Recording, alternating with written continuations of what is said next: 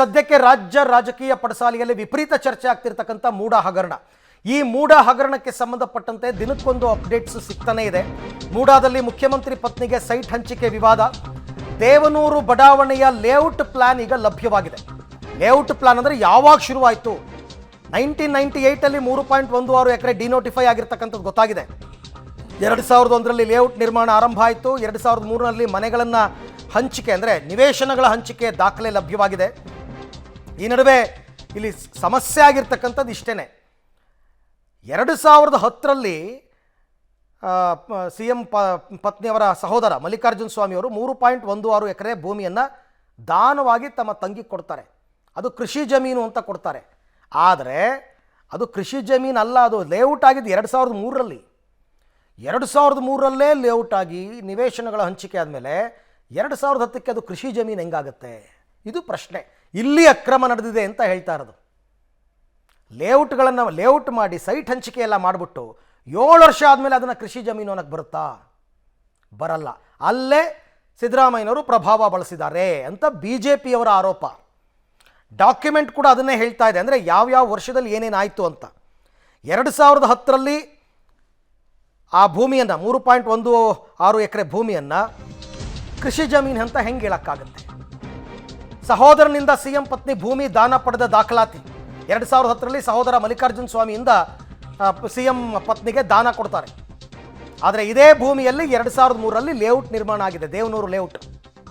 ನಿವೇಶನ ಹಂಚಿಕೆಯಾಗಿದ್ದ ದಾಖಲೆ ಕೂಡ ಲಭ್ಯ ಆಗಿದೆ, ಸೈಟ್ ಹಂಚಿಕೆ ಆಗಿರೋದು.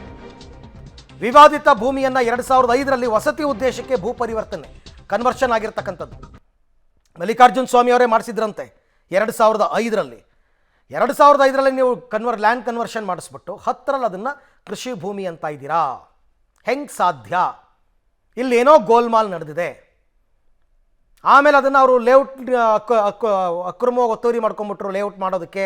ಈಗ ಅದಕ್ಕೆ ಪರ್ಯಾಯವಾಗಿ ಸೈಟ್ ಕೊಟ್ಟಿದ್ದಾರೆ ಅಂತ. ಅದು ಹೆಂಗೆ ಸಾಧ್ಯ? ಡಾಕ್ಯುಮೆಂಟ್ ಹೇಳ್ತಾ ಇಲ್ಲ ಅದನ್ನು. ಎಸ್, ಈ ಬಗ್ಗೆ ಮತ್ತಷ್ಟು ಮಾಹಿತಿ ನನ್ನ ಕೊಲೀಗ್ KP ನಾಗರಾಜ್ ಅವರಿಂದ ಪಡ್ಕೊಳ್ಳೋಣ. KP, ಈ ಕ್ರೊನಾಲಜಿಕಲ್ ಆರ್ಡರ್ನಲ್ಲಿ ಎಲ್ಲನೂ ಜೋಡಿಸ್ತಾ ಬಂದರೆ 2010ರಲ್ಲಿ ಆ 3.16 ಎಕರೆ ಜಮೀನು ಕೃಷಿ ಜಮೀನು ಆಗಿರೋದಕ್ಕೆ ಸಾಧ್ಯನೇ ಇಲ್ಲ. ಹೆಂಗೆ ಸಾಧ್ಯ? ಇದನ್ನು ಹೆಂಗೆ ಜಸ್ಟಿಫಿಕೇಶನ್ ಮಾಡ್ಕೋತಾರೆ ಅವರು ಅಂತ.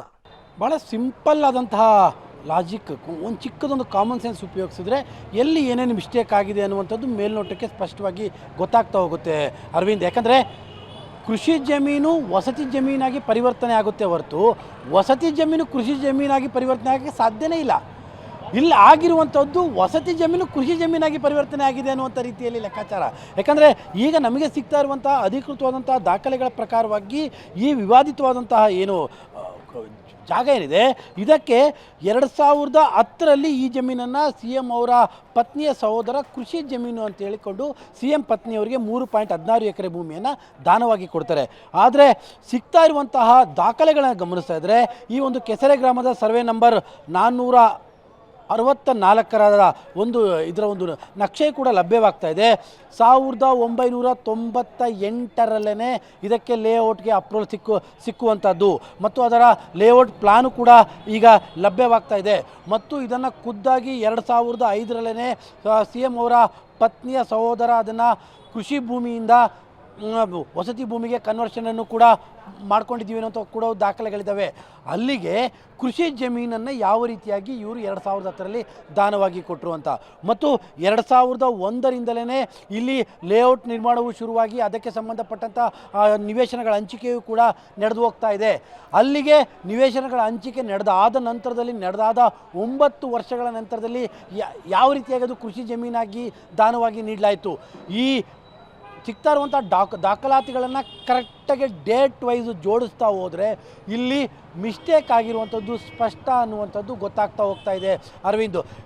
ಯಾರು ಮಿಸ್ಟೇಕ್ ಮಾಡಿದ್ರು, ಯಾವ ಉದ್ದೇಶಕ್ಕೋಸ್ಕರವಾಗಿ ಮಿಸ್ಟೇಕ್ ಮಾಡಿದ್ರು ಅನ್ನುವಂಥದ್ದು ತನಿಖೆ ಮೂಲಕವಾಗಿ ಗೊತ್ತಾಗಬೇಕು. ಆದರೆ ಈಗ ಸಿಗ್ತಾ ಇರುವಂಥ ಆ ಲೇಔಟ್ನ ಅಪ್ರೂವಲ್ನ ಪ್ಲಾನ್ ಇರ್ಬೋದು ಅಥವಾ ಆ ಲೇಔಟ್ನ ನಕ್ಷೆ ಇರ್ಬೋದು ಮತ್ತು ಅದು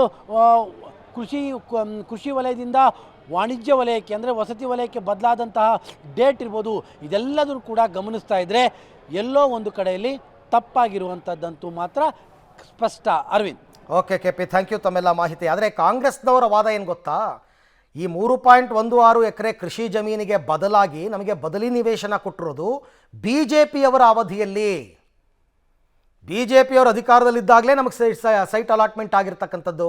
ಹಾಗಾಗಿ ನಮ್ಮ ಹಸ್ತಕ್ಷೇಪ ಏನೂ ಇಲ್ಲ ಅಂತ ಹೇಳ್ತಾರೆ.